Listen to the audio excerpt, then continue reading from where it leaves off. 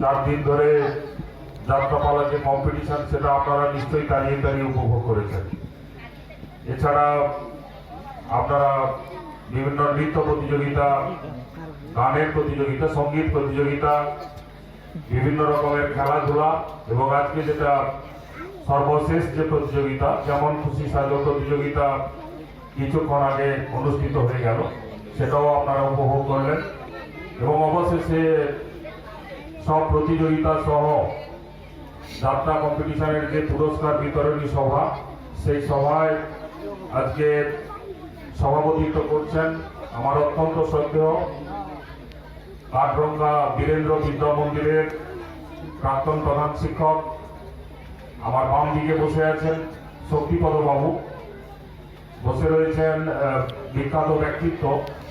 এই কারণেই বললাম, আমি ওনার নাম কিন্তু ছোটবেলা থেকে অনেক শুনেছি, কিন্তু আমার দেখিনি কোনোদিন। আজকে স্যারকে দেখে আমি খুব খুশি হলাম। আমি আমাদের আশিস গিরিবাবু, আমার সহকর্মী আশিস গিরিবাবুর কাছে ওনার কথা বহুবার শুনেছি। উনি ভগবানপুর স্কুলের বাংলা বিষয়ের শিক্ষক।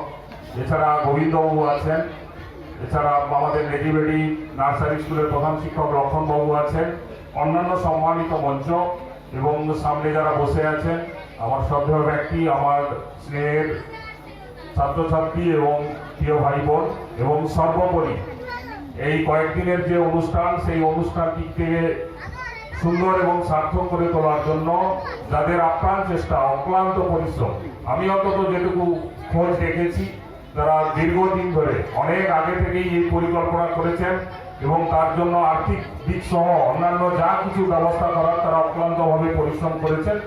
আমি সকলের সঙ্গে আমার হয়তো আলাপ নেই, আমি গুরুপদ বাবুকে জানি, সৌমেনকে জানি, খোকন, সুরজিৎ আছে, আমি সকলের নাম করতে চাই না, সকলকেই আমি সম্মান জানিয়ে বলি যে তারা যে অক্লান্ত পরিশ্রম করে এরকম কয়েকদিন ধরে যে অনুষ্ঠান যাত্রা সহ এগুলো আয়োজন করেছেন, এই জন্য আমি ব্যক্তিগতভাবে কৃতজ্ঞ, তাদেরকে আমি কৃতজ্ঞতা জানাই, ধন্যবাদ জানাই। কারণ বিশেষ করে এই যাত্রাপালা, আমাদের সভাপতি সাহেব বলছিলেন যে যাত্রাপালা যে একটা শিল্প, একটা আর্ট, সেটাই উঠে যেতে বসেছে। সেটারও যে প্রয়োজনীয়তা আছে, আমরা যারা একটু সচেতন মানুষ আমরা অন্তত অনুভব করি যে এই যাত্রাপালা শিল্পটা বা আর্ট, এটারও প্রয়োজনীয়তা আছে মানুষকে সচেতন করে তোলার জন্য, সামাজিকভাবে সচেতন করে তোলার জন্য বিভিন্ন দিক দিয়ে, যে দিকগুলো দিয়ে মানুষকে সচেতন করে তোলা যায়, যাত্রাপালা কিন্তু তারই একটা অন্যতম উদাহরণ বলতে পারি, একটা উপায় বা পথ বলতে পারি। সেই ব্যবস্থাটা রয়্যাল বেঙ্গল টাইগার ক্লাব করেছেন, এই জন্য তাদেরকে অসংখ্য ধন্যবাদ। আর ছদ্মবেশ বিচারক মন্ডলীর ভূমিকায় আমরা যারা ছিলাম, আমার তো ব্যক্তিগতভাবে মনে হচ্ছিল সবাইকে পুরস্কার দিলে ভালো হতো। কারণ আমি দেখেছি এত ছোট ছোট ছেলে মেয়ে অংশগ্রহণ করেছে, একজন তো আমরা যখন যাচ্ছি তখন কান্নাকাটি শুরু করে দিচ্ছে। এটা স্বাভাবিক, এটা অস্বাভাবিক কিছু নয়।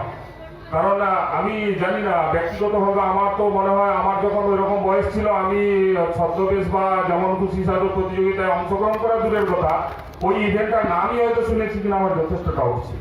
ফলে তারা যে এই ছোট বয়স থেকে অংশগ্রহণ করছে, পুরস্কার পেলো কি পেলো না সেটা বড় কথা নয়। আমি শুনলাম যে সান্ত্বনা পুরস্কার আছে সকলের জন্য।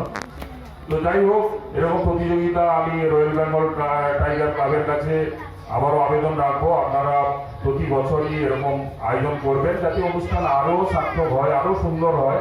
সেজন্য আপনারা আরও চেষ্টা করবেন, আরও চিন্তা ভাবনা করবেন। এই কতগুলো কথা বলে আজকের আপাতত শেষ যে অনুষ্ঠান, তার সাফল্য কামনা করে আর একবার সম্মানিত মঞ্চ সকালে যারা আছেন, সামনে যারা আছেন, তাদের সকলকে আমার সম্মান শ্রদ্ধা জানিয়ে আমি আমার বক্তব্য শেষ করি।